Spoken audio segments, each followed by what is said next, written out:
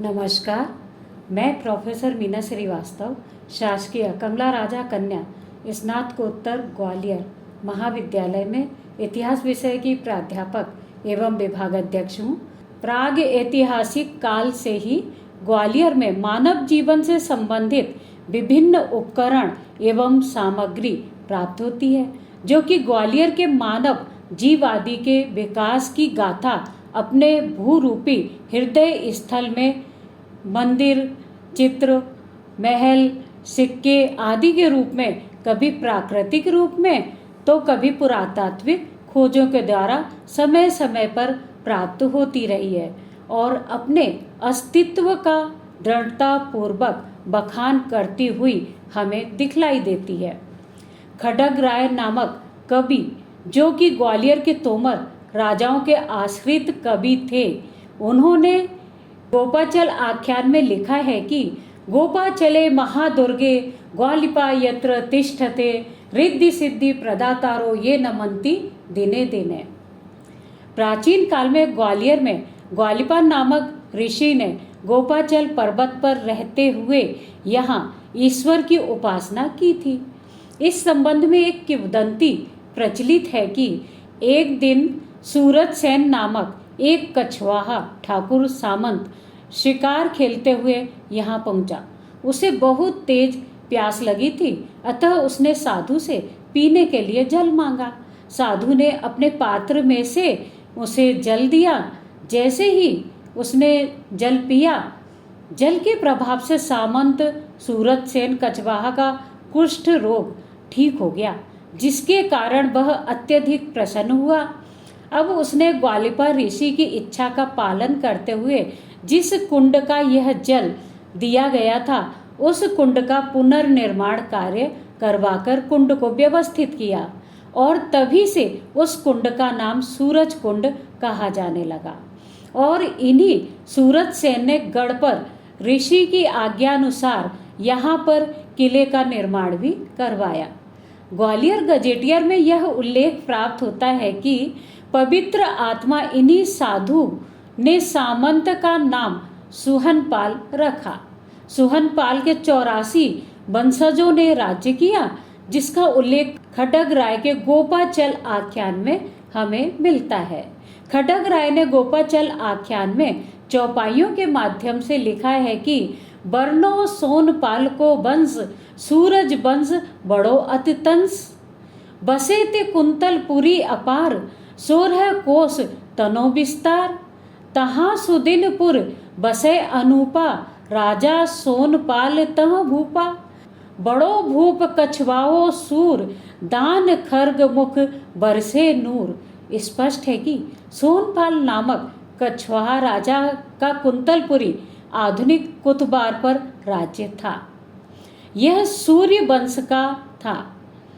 गोपाचल पर्वत पर सूरज कुंड और गढ़ का निर्माण के संबंध में यह चौपाई भी प्राप्त होती है कि रवि 12 13 तिथि ठई अनुराधा नक्षत्र सो ठई देव होम जप मंगल ठये ब्रह्म भोज अरु कंचन दय दय गोदान महामति ठई सूरज कुंड प्रतिष्ठा भई अरु ग्वालिपे भोजन दयो अति आनंद सिद्ध मन भयो। इसी प्रकार से गोपाचल आख्यान में ग्वालियर या गोपाचल गढ़ किला के निर्माण के संबंध में भी उल्लेख प्राप्त होता है कि पुष्प नक्षत्र जोग शुभ लियो 13 सकल ठाठ विधि कियो तिहि विधि सकल वेद विधि ठई तवे नीव गोपाचल दई। जिस समय गोपाचल गढ़ स्थापित हुआ, उसका उल्लेख करते हुए खड्गराय लिखते हैं कि द्वापर अंतजु कलयुग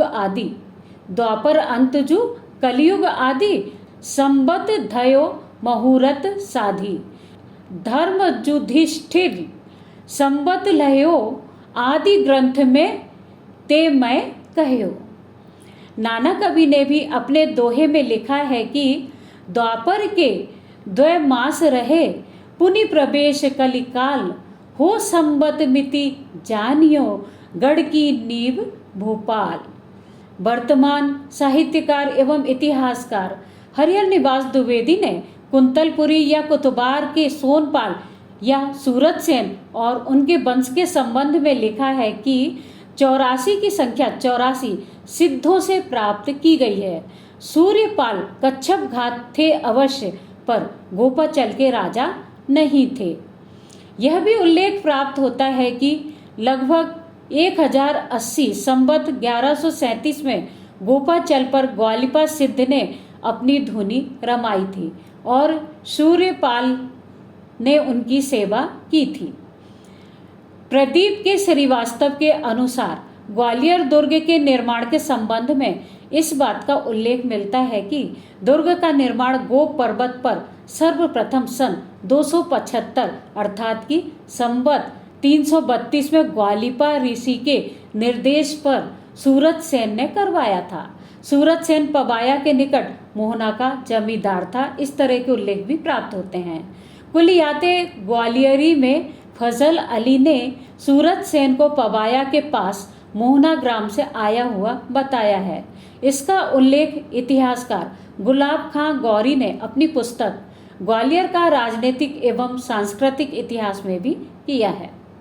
ग्वालियरगढ़ का नाम गोपाचल या ग्वालियर इन्हीं एकांतवासी ग्वालिपा ऋषि के नाम पर गोपाचल, गोप पर्वत, गोपगिरी, गोपाद्री, गोपगिरी आदि नाम से जाना जाने लगा और यह नगर गोपाचल नाम से प्रसिद्ध हुआ। यह नाम मध्यकाल में भी प्रचलित रहा। मराठा राजाओं के समय में यह नगर ग्वालिहेर कहा जाने लगा। अंग्रेजी शासनकाल में यही गवालियर और फिर अंग्रेजों के उच्चारण के कारण गवालियर, ग्वालियर और फिर ग्वालियर के नाम से व्यवहृत हुआ। गोपाचल नाम के संबंध में एक और मत प्रचलित है। वह इस तरह से है कि ग्वालियर का नाम गोपाचल ग्वालों के द्वारा दिया गया है। इस संबंध में हरिहर निवास द्विवेदी और राधे श्याम द्विवेदी का मत है कि ग्वालियर के आसपास तो गांव के गांव आज भी अहीर और गुर्जर आदि गौपालों की बस्तियां हैं। गोपाचल नाम उन ग्वालों का दिया हुआ है। ऐसा कहा जाता है कि जिस समय द्वापर युग में श्री कृष्ण के जो ग्वाले साथी थे वे यहाँ पर निवास करते थे और तब से लेकर आज भी हम देखते हैं कि अनेक ग्वाले यहाँ पर आज भी दिखलाई देते हैं। अब हम चलिए बात करेंगे आपसे द्वापर युग में ग्वालियर का राजनीतिक इतिहास। ग्वालियर क्षेत्र का संबंध द्वापर युग से ही रहा था। कृष्ण के पिता वसुदेव थे और वसुदेव के पिता सूरसेन। सूरसेन के फुफेरे भाई का नाम कुंती भोज था। कुंती भोज को सूरसेन ने अपनी पुत्री को गोद दे दिया था जिसका नाम प्रथा था और इसी प्रथा का नाम कुंती भोज की दत्तक पुत्री होने के कारण कुंती का कहा जाने लगा था। ये वसुदेव की बहन थी। इस प्रकार से कुंती कृष्ण की बुआ थी। कुंती भोज की राजधानी कुंतलपुरी थी जो बाद में कांतिपुरी और वर्तमान में कुतुबार नाम से जानी जाती है। उपर्युक्त उल्लेख के अनुसार यह स्पष्ट होता है कि ग्वालिपा ऋषि ने गोपाचल पर्वत को अपना सिद्ध स्थल बनाया था और सूरत सेन नामक मोहना अथवा सोहानिया का सामंत था जिसने ग्वालिपा ऋषि की सेवा भी की थी और जलकुंड का निर्माण भी करवाया था। गोपाचल आख्यान में उल्लेखित रचना के अनुसार खड्ग राय ने गोपाचल या ग्वालियर का इतिहास सूर्यपाल से आरंभ किया है और सामंत का नाम सूर्यपाल लिखा है। साथ ही सोनपाल को सूर्यवंशी कछवाहा भी कहा है। चलिए अब हम बात करते हैं मौर्य काल में ग्वालियर का राजनीतिक इतिहास। मौर्य काल 324 ईसा पूर्व से 187 ईसा पूर्व तक का माना जाता है। इस वंश का संस्थापक था चंद्रगुप्त मौर्य और अंतिम शासक था बृहद्रथ। चंद्रगुप्त मौर्य ने चंबल, सिंध, बेतवा के क्षेत्र को अपने आधिपत्य में ले लिया था। बिंदुसार के समय में भी यह क्षेत्र उसके अधीन रहा था। दतिया जिले में गुजर्रा नामक स्थान में सम्राट अशोक का अभिलेख मिलता है, जिसे हमने स्वयं भी देखा है। पद्मावती वर्तमान पवाया में बुद्ध प्रतिमाओं के सिरोभाग मिलते हैं, अतः यह संकेत प्राप्त होते हैं कि मथुरा से चलकर ऐसाह पर चंबल पार कर प्राचीन कांतिपुरी, गोपाचल, पद्मावती, गुजर्रा, बूढ़ी चंदेरी से विदिशा का मार्ग रहा होगा। संभवतया गोपाचल क्षेत्र मौर्य शासकों के अधीन रहा था। चलिए अब हम बात करते हैं शुंग काल में ग्वालियर का राजनीतिक इतिहास के संबंध में। 187 ईसा पूर्व से 75 ईसा पूर्व तक यह समय इनका रहा था। स्थापना पुष्यमित्र ने की थी और अंतिम शासक था देवभूति। इस समय विदिशा से अटेर तक का समस्त क्षेत्र शुंगों के अधीन था। शुंगकालीन प्रमाण आज भी हमें शोध के द्वारा प्राप्त होते हैं। अब हम बात करेंगे कुषाण काल में ग्वालियर की राजनीतिक स्थिति के बारे में। कुषाणों का शासनकाल 15वीं ईस्वी से 151 ईस्वी तक रहा था। कुषाणों का चंबल क्षेत्र पर अधिकार स्थापित हो गया था। नागों ने कुषाणों को हराकर गोपाचल क्षेत्र में पद्मावती वर्तमान पवाया में सर्वप्रथम अपनी राजधानी स्थापित की थी और कांतिपुरी को अपनी दूसरी राजधानी बनाया था, और इन्होंने मथुरा को भी अपनी तीसरी राजधानी कुषाणों को हराने के बाद में बनाया था। इसके बाद हम बात करेंगे गुप्त काल में ग्वालियर का राजनीतिक इतिहास।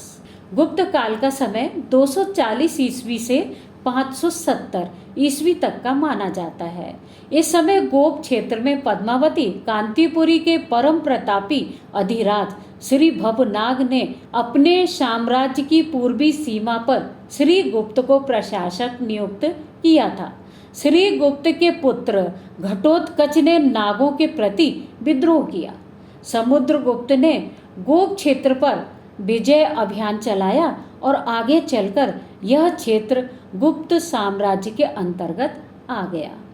चलिए अब हम बात करेंगे हूणों के समय में ग्वालियर का राजनीतिक इतिहास। ईस्वी 5वीं शती में हूणों का अधिकार हो गया था।